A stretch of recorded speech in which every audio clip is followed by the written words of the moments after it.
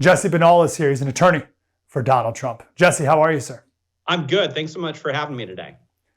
Can you give us some insight into just how deeply, how profoundly the left indeed wants him in jail? Yeah, they are absolutely terrified of the idea of Donald Trump being president of the United States again. And it's quite frankly, it's understandable why. Donald Trump is the first president in decades, if not over a century, that has truly stood up to the bureaucrats in Washington, D.C. The bureaucrats that when Republicans and Democrats both come and go, it's these bureaucrats that stay here and run the government. And quite honestly, they run the government from a hard left vantage point most of the time. And they know that Donald Trump will continue to step up to them. They know also that the American people are hungry for Donald Trump's return to the White House to fight for them again. They don't think that they can beat him at the ballot box. So instead, they are limited to trying to beat him in these trumped up charges in these courtrooms instead. It's one of the most dangerous things that we've seen in the history of our republic, and it's why it just shows us these fights are so incredibly important. But they could, right? This is what's crazy about this. So we talked with Professor Jacobson about the first three groups of indictments. Let's talk about the Georgia one. Yeah. So we have these RICO charges, which Alan Dershowitz has said are the easiest to get someone on, right? The easiest to convict, but also the easiest to overturn. But Professor Jacobson was saying that if they can convict Trump in Fulton County, Georgia, that went, I think it was 75% Biden, something like that, plus or minus a little bit. So if they can convict him and he will ask for an appeal, you know more than me, you're the lawyer, but ask for an appeal, they could put him in jail until the appeal is allowed to come back around. And would you put it past these people to do such a thing?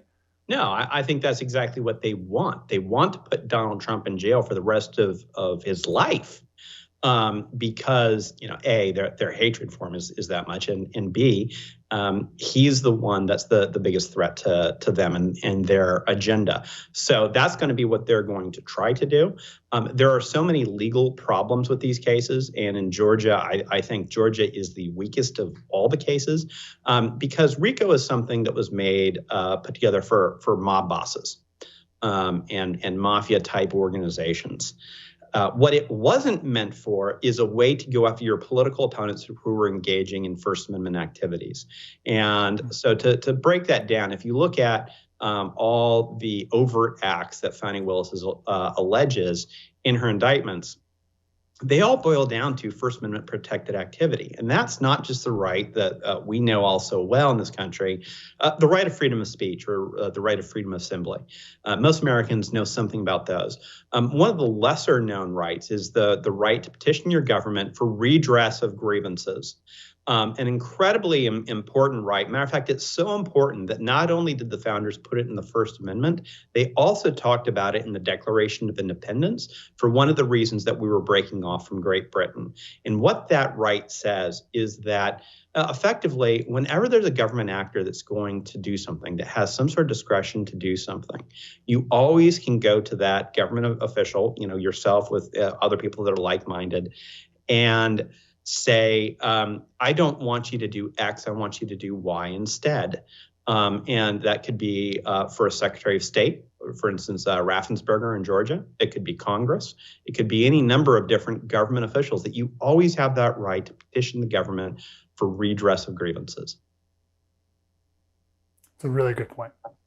I remember I didn't pay attention to much of these indictments before they were indictments, right? Just too much going on. I couldn't follow the potentialities of everything. But when this one came down, or just before this one in Georgia came down, I was like, I'm going to read up on this and catch up. And there was all this talk about this phone call that Donald Trump had with the Secretary of State and these other Georgia officials. And I was reading about it. I was like, man, what would be great is if we could hear the phone call. What a bummer that we can't actually hear the phone call. Sure enough, the whole phone call is on YouTube. You can listen to the entire hour-long phone call, which of course I did. And there is not a single threat in there. Correct me if I'm wrong, Jesse, but this would be very different if Donald Trump said, hey, Brad, go fraudulently create 11,000 votes. And if you don't, then I will X. I believe that would be a very different situation Jesse. Would that be right? Yeah, it could be. That's right. At that point, it could be. But that's obviously not what he's doing. And to anyone who actually listens to the phone call, you'll see why President Trump calls it time and time again a perfect phone call. And that is what he's talking about is all the allegations in Georgia, allegations that we've heard a lot about in 2020, that we've heard a lot about since then, things like mules acting as ballot movers, ballot harvesters, and many other different allegations as well that numbered in the hundreds of thousands of irregularities and potential fraud incidents that we saw in Georgia. And so what President Trump is very clearly saying is, you don't have to go and show 200,000 or 300,000 instances of fraud. The margin this election is a little over 11,000. You just have to find the 11,000 instances of irregularities or fraud to return this election to its rightful victor. And President Trump clearly believed then and believed today that he won Georgia, and that's what he was asking Secretary of State Raffensperger to do. And that's what he absolutely, positively had a First Amendment right to do, both under speech and the petition for redress of grievances clause. Yes, the redress of grievances. That's very interesting. So why do you think Fani Willis, the DA, put this in under a RICO statute, right? So we got mug shots, which make it a show trial. She wants to have all 19. Mark Meadows will probably be able to get out and do it federally, but 18 people all at once. One big giant trial. It's now allowed to be televised. What's the goal of all this, you think? Well, the American people know what the goal is. The goal here is to defeat Donald Trump in 2024 through lawfare instead of through normal politics. And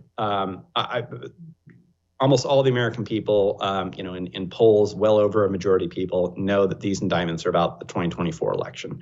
And she thinks that she can turn this into a show trial. That her prosecutors are going to come off in such a way that they can destroy Donald Trump's chances of winning re-election. And I think, quite honestly, that's just not going to be the way that it goes. We've already seen the rallying to President Trump that happened after the mugshot, after the American people got to see the grit and determination of this man who is absolutely not going to let these prosecutors distract him or affect this election. He is 100% focused on returning to the White House right now. And that determination, I think, is going to, quite honestly, it's going to blow up in their face because they don't understand the man in the movement that they've decided to try to prosecute in the most un-American way that we've ever seen in American history for the use of our judicial system. Yep. So blinded by their hatred, they don't see how this helps Trump, but they also don't see the destruction they're causing to our country beyond Trump. President Trump is stronger right now than he was at any point in the 2020 election cycle. And so I really, truly believe this is going to blow up in their faces.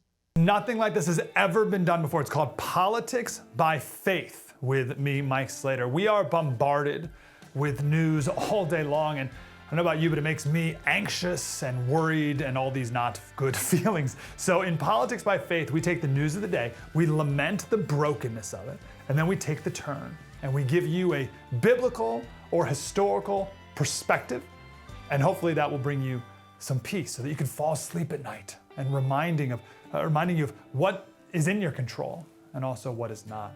Hopefully this will change our perspective of how we look at the stories of the day. Politics by Faith, it's available now everywhere you download podcasts. Politics by Faith with Mike Slater.